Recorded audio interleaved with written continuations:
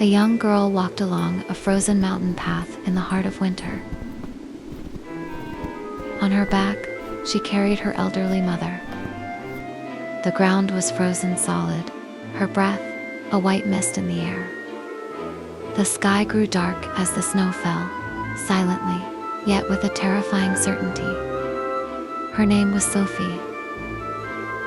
In her village, food had grown scarce, and there was a custom of abandoning the elderly in the mountains. To defy it meant death for her and for her family. Are you cold? Sophie's voice was barely a whisper. I'm fine. Her mother replied gently. Strangely, there was no fear in that voice. It was quiet, as if she had already accepted everything. The mountain grew deeper, all signs of life vanished, all sound faded away. The snow began to veil the world in white. Sophie's steps grew heavier with every yard. In truth, she knew that what lay ahead was a final farewell. Yet, she had no choice but to walk. If she did not, she could not survive. Suddenly, her mother spoke. Shall we rest a little? Sophie nodded and lowered her mother onto a nearby rock. They sat slowly, gazing up at the sky. The snow touched their cheeks in silence. It's beautiful. Sophie could find no words to return. Her chest tightened until she could hardly breathe. In the silence, Sophie suddenly noticed something. The branches of the trees along the path they had taken were broken and naturally so.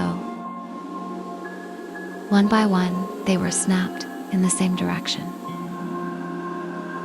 This is... As Sophie muttered, her mother smiled. I snapped them so you wouldn't get lost. At those words, Sophie's breath caught in her throat. Why? Her voice trembled. Why would you do such a thing?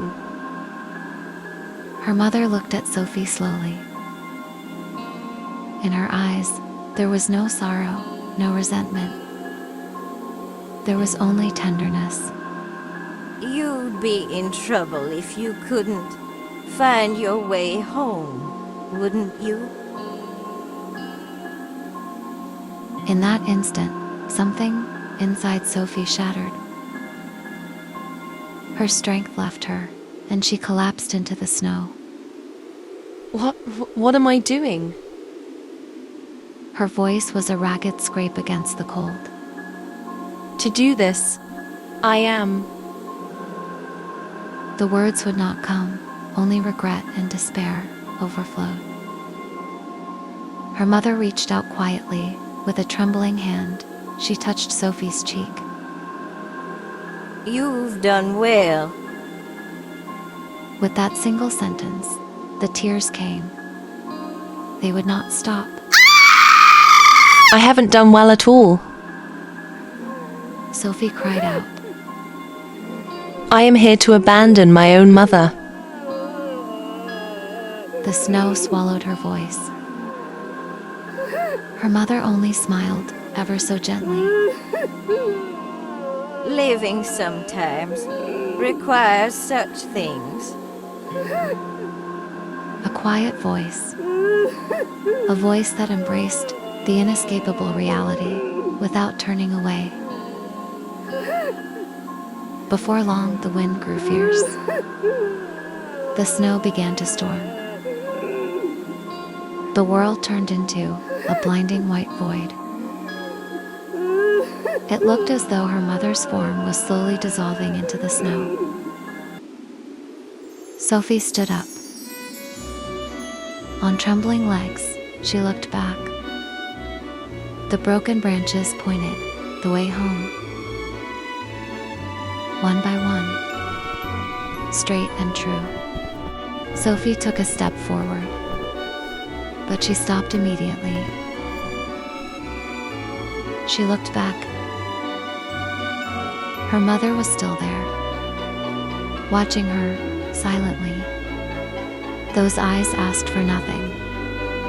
They were simply seeing her off. Sophie tried to cry out, but she could say nothing.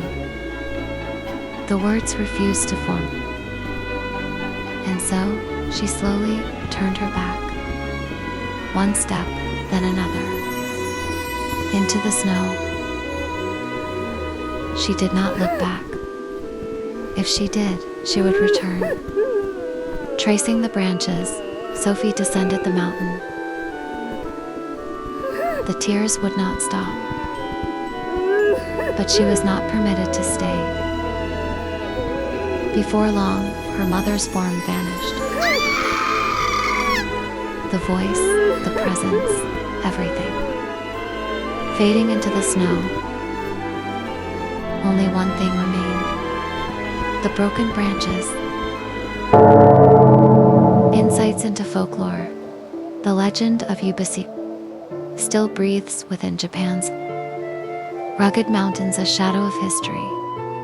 Born from extreme famine, to protect the community, the heartbreaking choice of Kuchibara once vanished countless souls into the snow. Why did the mother break the branches for the daughter who came to abandon her? It is ultimate devotion, accepting death while praying for the life of the one left behind. Yet, the deeper the love, the more permanently a broken memory is etched into the survivor's heart. This story is no relic of the past. Are we, in our modern abundance, not also abandoning something precious upon a different kind of mountain? That truth still sleeps quietly atop the freezing summit, alongside the broken branches. The moral: once lost, the warmth of a loved one can never be reclaimed. Do not take for granted the kindness that surrounds you today. Tell them thank you, before that gratitude turns into a lifetime of regret. The back you are watching today is the path you yourself will walk tomorrow. How you treat those you love is exactly how you will be treated in the future. Kindness comes full circle, and so does coldness. True love is often silent and invisible to the eye, just like the broken branches that light the way home. Notice the sacrifices someone has made for you. The world is held together by unspoken acts of kindness. Lesson 1. Love before regret. Lesson 2. Your future in their eyes. Lesson 3. The unspoken bond.